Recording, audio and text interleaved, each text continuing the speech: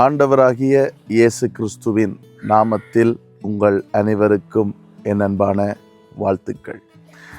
நாங்கள் கடந்த நாட்களிலே உபாகம புத்தகம் 10வது அதிகாரம் 12வது 13வது வசனத்தை நாங்கள் தியானிக்க ஆரம்பித்திருக்கின்றோம். இந்த வசனத்தின் வாயிலாக தேவன் தம்முடைய பிள்ளைகளிடத்தில், தம்முடைய ஜனங்களிடத்திலே எதை எதிர்பார்க்கின்றார் என்பதை கற்றுக்கொள்ள ஆரம்பித்திருக்கிறோம்.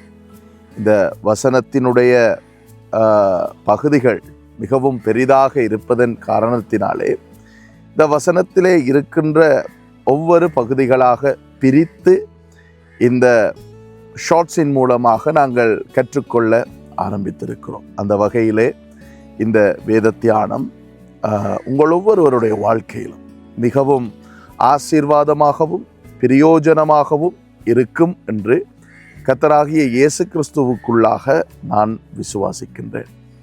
கடந்த நாட்களிலே நான் சொல்லியிருந்தேன், முழு இருதயம் முழு ஆத்துமா என்பதை குறித்து நான் தனித்தனியாக பேசுவேன் என்று.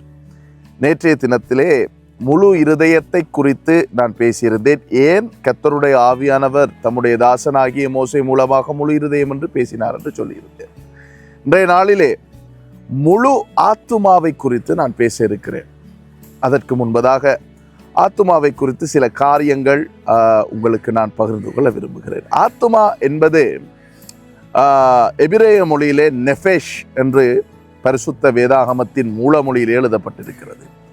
புதிய ஏற்பாட்டிலே இந்த ஆத்துமாவுக்கு கிரேக்க மொழியிலே ஜுகே என்கின்ற பெயர் வழங்கப்பட்டிருக்கிறது.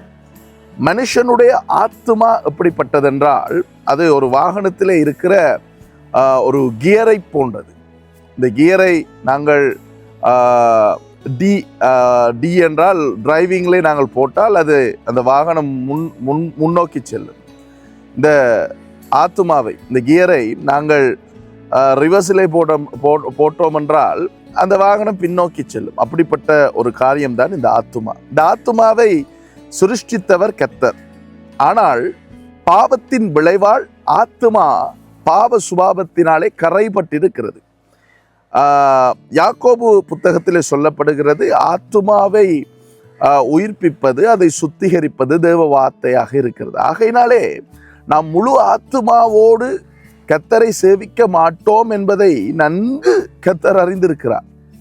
அதனாலே நம்முடைய ஆத்துமாவை சுத்திகரிக்கும்படிக்கு அவருடைய வசனத்தை கொடுத்திருக்கிறார். நாம் வசனத்தை பயன்படுத்தி ஆத்துமாவை சுத்திகரித்து அவரை சேவிக்க வேண்டும் என்று எதிர்பார்க்கிறோம்.